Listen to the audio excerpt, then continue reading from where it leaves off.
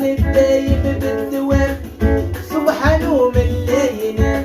لا تخلق منه مكان ساكن في قلوب المؤمنين سبحان الواحد الوحيد يفعل فينا كما يريد ما عنده شريك ولا عبيد يفتح قلوب الصابرين الله يهديكم يا سلام صلوا على جد الحسين يا الجواد الحاضرين صلوا على النبي كاملين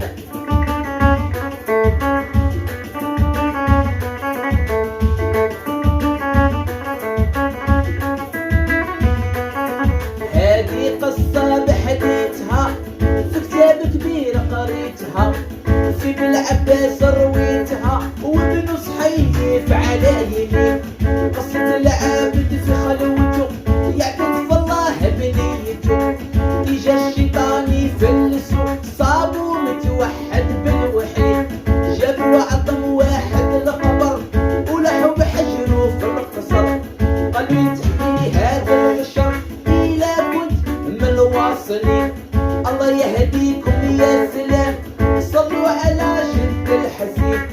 يا الجواد الحاضرين صلوا على النبي كاملين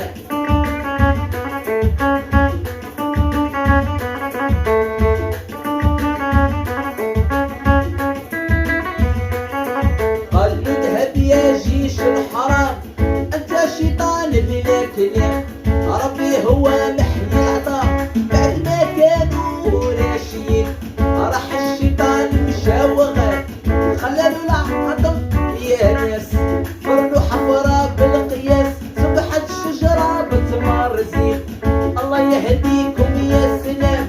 صلوا على جد الحسين يا الجواد الحاضرين صلوا على النبي كاملين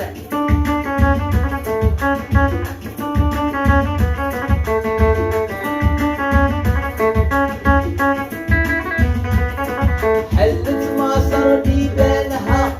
صابوا الشجرة بتمارها ولات تزنق زورها جمعة وخميس متنزهين داك العبد يا بنسان كملوا المولا يا سامعين عنده الطفلة مثل الهلال تعبد مولاها بالكمال امشات تزو نهار الخميس صابت الشجرة خضرا سنيس قالوا ليها قومي